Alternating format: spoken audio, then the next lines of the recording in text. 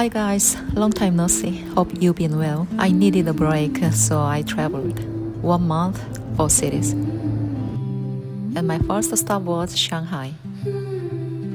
I had to use Chinese maps instead of Google Maps, so even getting ready for this trip wasn't exactly easy. So let's go my Shanghai trip together. This trip started a little differently, not with excitement, but with a pretty heavy feeling. I booked the business class ticket on China Eastern Airlines. After a quick check-in, I headed to the Qantas lounge. It looked cleaner and better prepared than last year. I skipped breakfast that morning, so I made sure to eat well here.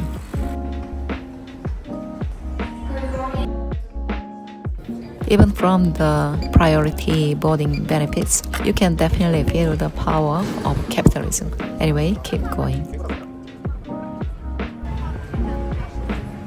Here's my seat.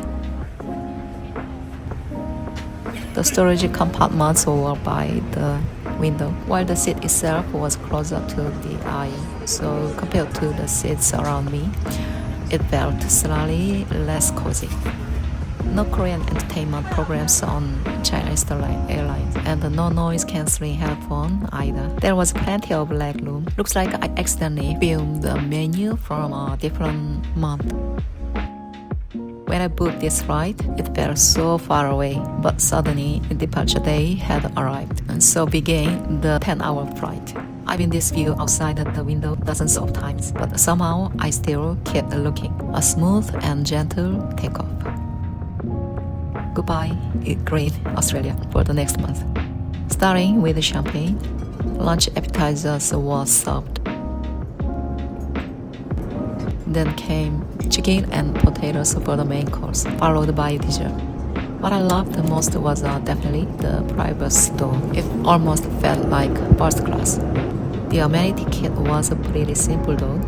I watched the movies lying down, read a little, and happily grabbed snacks whenever they came around. Pretty cozy, right? From up there, the flight attendants would hand me a basket of snacks. I tried editing for a while, but after eating so much, I got sleepy instead. Had a really good sleep. I woke up to the sound of a meal service, and dinner was already being served, starting with salad pasta. Couldn't finish because I was too full. I quickly filled out the arrival form using a QR code. Finally, China. This was probably the most nervous I've ever been preparing for a trip. My hard-working suitcase came out almost immediately. My large luggage followed right after, which saved a lot of time. And suddenly, this gentleman appeared. I booked an airport pickup service through Agoda. I was very satisfied, especially in an unfamiliar city. Highly recommended thanks to that. I arrived at the hotel very comfortably. There wasn't much of a balcony view, and the building was a bit old, but it had that classic boutique hotel charm, clean and elegant. For all 3 nights, I relaxed in this bathtub every evening.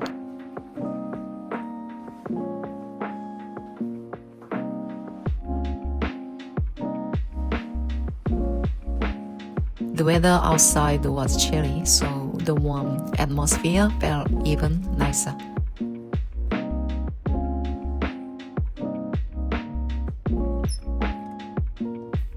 Why won't this open? Turns out it opens from the left. And yes, it was free.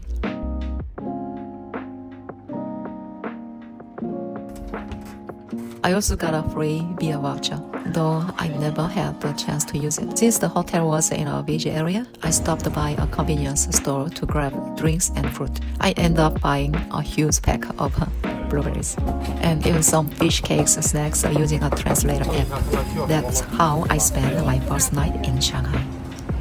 I came out early in the morning for a little walk in the park. I tried looking for Lilian Bakery nearby, but couldn't find it. So I just wandered up again, following wherever my feet took me. I actually like this kind of travel. No plans, just drifting around a new city. After walking for a while, I passed through Nanjing East Road and eventually reached the bund.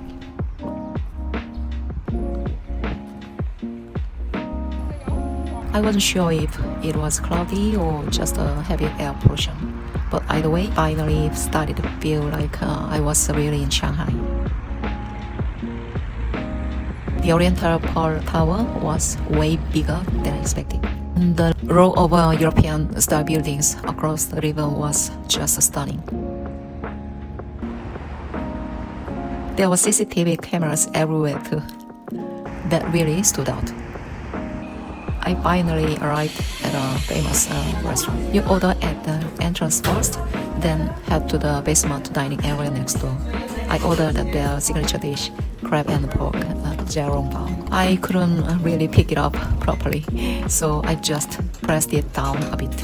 And wow, the soup inside was incredible. The broth had such a deep, rich flavor.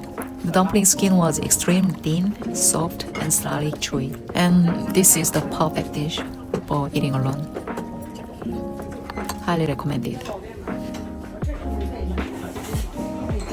After that, I just kept walking again with no direction. That day, I ended up walking about 38,000 steps. Everything felt so fresh and green that my mood just kept going up. I eventually made it to Nanjing West Road. Oh, Louis Vuitton. Then I headed straight into this massive Starbucks reserve. Even the entrance was impressive.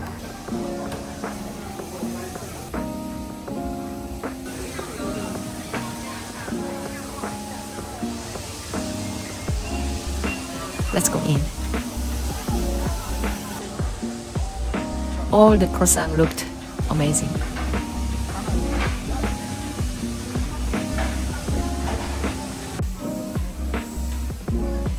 And the coffee bean was stored in a huge containers. I had to go up to the second floor as well. Since it was still early morning, it felt really calm and spacious. Good morning. Even just slowly walking around took quite a bit of time. That's huge, right?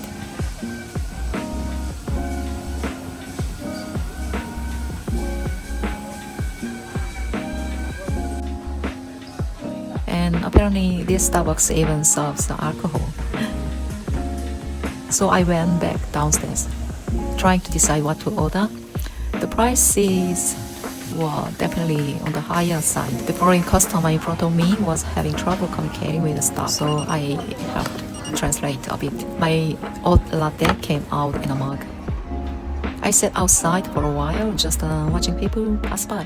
And as the time went on, the streets got more and more crowded with tourists. Next, I headed to Jiangyuan, often called Shanghai's Seongsudong. There were so many bakeries around that I kept getting distracted. I couldn't resist and bought something even from the entrance. Jiangyuan looked very upscale.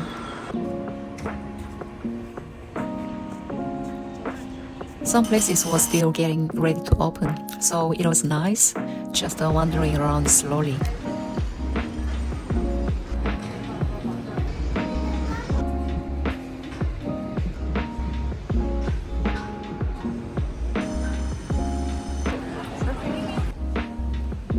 It felt like all the best bakeries in Shanghai were gathered in one place. By then, my phone battery was already almost dead. Because of verification issues, I couldn't rent a power bank. So I decided to head back to the hotel first, a staff member to set up public transport QR codes in Alipay. I really thought Alipay would handle everything on its own.